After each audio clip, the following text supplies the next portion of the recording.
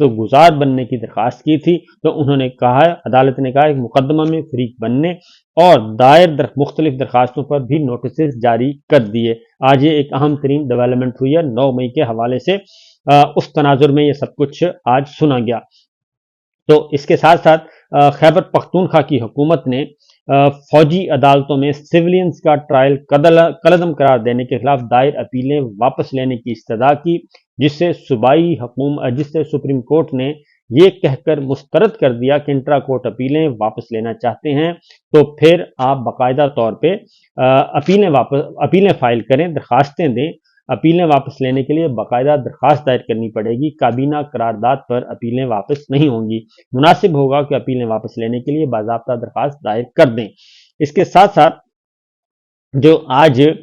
Justice امین الدین خان صاحب نے پوچھا کہ کیا ملزمان میں کسی کی رہائی ہوئی یا ہو سکتی ہے، اور اٹارنی جنرل نے کہا جی ٹرائل مکمل ہو چکا ہے لیکن ابھی فیصلے نہیں سنائے گئے۔ آپ نے کہا تھا کہ کچھ کیسز بریت کے ہیں، کچھ کی سزائیں مکمل ہو چکی ہیں، جسٹس امین الدین خان نے پوچھا، تو اٹارنی جنرل نے کہا کہ کچھ ایسے ملزمان ہیں جن کی گرفتاری کا دورانیہ سزا میں تصور ہوگا،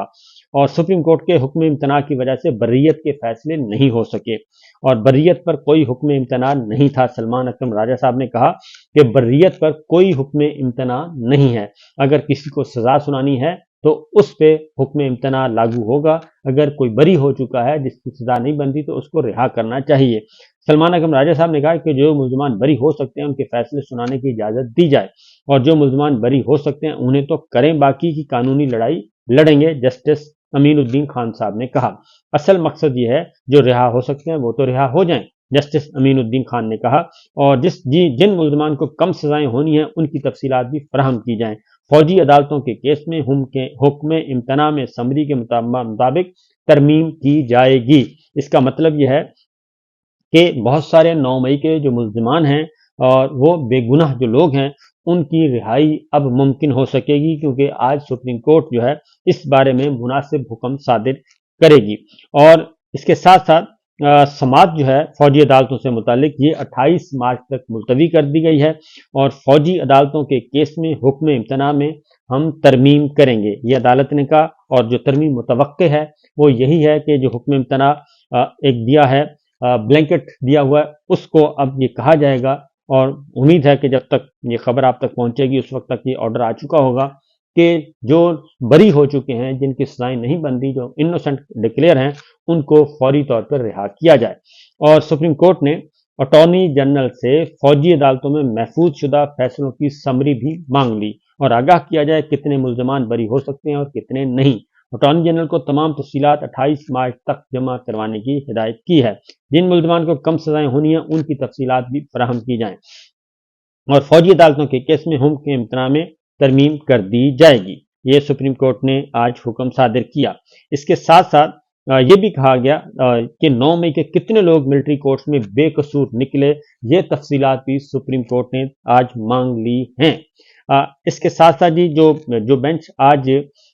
سماعت کر رہا تھا، اس کے ساتھ ساتھ فوجی عدالتوں کے خلاف درخواست گزاروں نے بینچ کے ساتھ نجی وکلا پر بھی اعتراض کیا، اور یہ کہا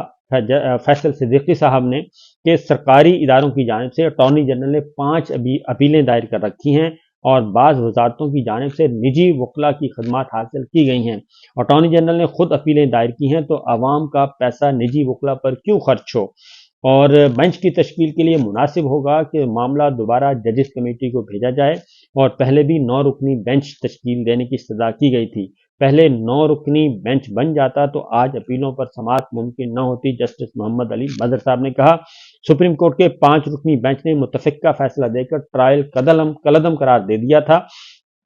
خواجہ احمد حسین ایڈوکیٹ نے کہا، اور انہوں نے کہا کہ 6 رکنی بینچ اگر اسے 4-2 سے کالعدم قرار دے تو متنازع ہو جائے گا، اس لیے بہتر یہ ہے کہ عدلیہ پر عوامی اعتماد کے لیے ضروری ہے کہ فیصلہ متنازع نہ ہو، اور ایسا تاثر نہ جائے کہ بینچ کی تشکیل سے ہی فیصلہ واضح ہو۔ یعنی آپ ذرا انہوں نے ایک ادر ورڈ بینچ پر اعتراض کر دیا ہے بینچ پہ، اور انہوں نے کہا کہ 9 رکنی لارجر بینچ سنیں اس معاملے کو۔ اور اس کے ساتھ ساتھ جسٹس جواد خواجہ صاحب اور دیگر چودھری اعتزاز احسن اور دیگر جو پیٹیشنرز ہیں، انہوں نے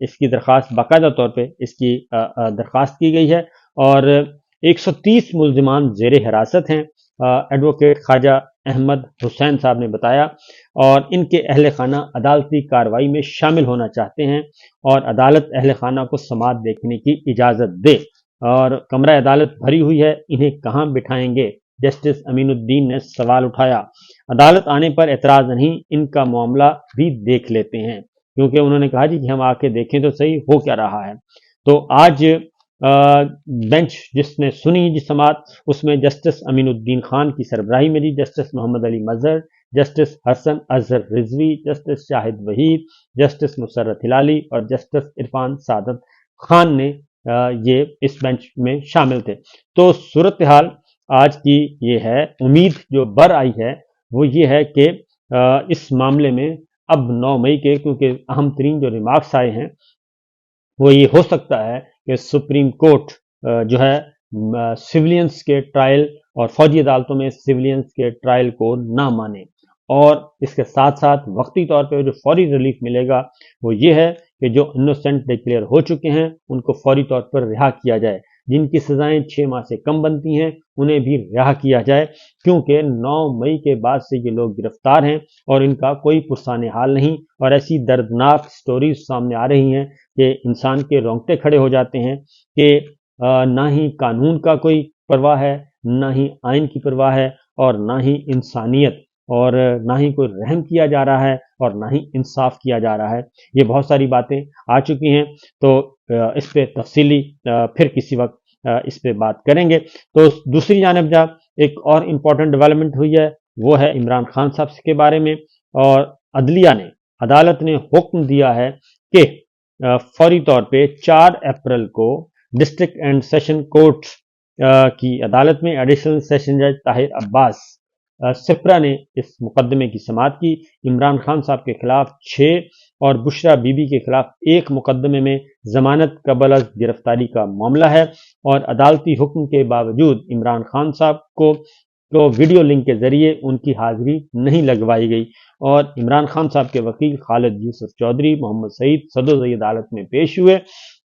اور یہ بار بار عدالت کہہ رہی ہے کہ آپ عمران خان صاحب کی ویڈیو لنک کے ذریعے حاضری لگوائیں، لیکن آج اڈیالہ جیل نے جو جواب داخل کیا ہے اس میں توہین عدالت کا آلریڈی نوٹس ہے سپرینٹ جیل کو۔ انہوں نے جو تحریری طور پر جواب داخل کیا اس میں کہا ہے کہ یہ ٹیکنیکل وجوہات کی وجہ سے، سرور ڈاؤن ہونے کی وجہ سے عمران خان کی ویڈیو لنک کے ذریعے حاضری ممکن نہیں ہو سکی، یہ رپورٹ سبمٹ کی ہے۔ ویڈیو لنک حاضری کے حوالے سے معاملہ اسلام آباد ہائی کورٹ میں بھی زیر سماعت ہے۔ تو عدالت نے اس پر جو حکم صادر کیا ہے اس میں یہ کہا گیا ہے کہ ویڈیو لنک کے ذریعے حاضری نہ لگوانے پر توہین عدالت کا نوٹس جاری ہے اور وہ رہے گا۔ عدالت کے حکم کے باوجود جیل سپرنٹینڈنٹ نے عمران خان صاحب کی ویڈیو لنک کی حاضری نہیں بنائی، سماعت 4 اپریل تک ملتوی کر دی، اور ایڈیشنل ڈسٹرکٹ اینڈ سیشن جج طاہر عباس سپرا نے عمران خان صاحب کے پروڈکشن آرڈر جاری کر دیے ہیں، اور عدالت کا جیل سپرنٹینڈنٹ کو یہ حکم ہے کہ وہ 4 اپریل کو عمران خان صاحب کو عدالت میں پیش کریں، اور عمران خان کے وکیل خالد یوسف چودھری عدالت میں پیش ہوئے، اور یہ حکم آ گیا ہے، اور عدالت کا حکم ہے کہ 4 اپریل کو عمران خان اور بشرا بی بی کو عدالت میں پیش کیا جائے، اور عمران خان کے وکلاء کی جانب سے عدالت پیشی کے حوالے سے درخواست دائر کی گئی تھی جسے قبول کر لیا گیا، اور اب ویڈیو لنک کے بجائے عدالت ایک قدم آگے گئی ہے، کیونکہ سرور ڈاؤن کیا جا رہا تھا، ٹیکنیکل وجوہات بتائی جا رہی تھیں، تو اب عدالت نے اس سے بھی آگے قدم اٹھایا ہے کہ ٹھیک ہے پھر آپ عمران خان صاحب کو اور بشرا بی بی کو عدالت لے کر آئیں اور انہیں پیش کریں۔ یہ اہم ترین ڈیولپمنٹس ہیں جی 2، باقی خبریں انشاءاللہ اگلے ویلاگ میں آپ کو آگاہ کروں گا، لیکن ساتھ ساتھ یہ بتا دوں کہ جنرل باجوہ، جنرل فیض کے خلاف درخواست جو اسلام آباد ہائی کورٹ میں دائر کی گئی تھی مقدمہ درج کرنے کی، اور اس پر سماعت غیر معینہ مدت کے لیے ملتوی کر دی گئی ہے۔ اسلام آباد ہائی کورٹ چیف جسٹس عامر فاروق صاحب کی عدالت تھی، تو اس پہ معاملہ آگے نہیں بڑھ سکا۔ اجازت دیجیے، اللہ حافظ۔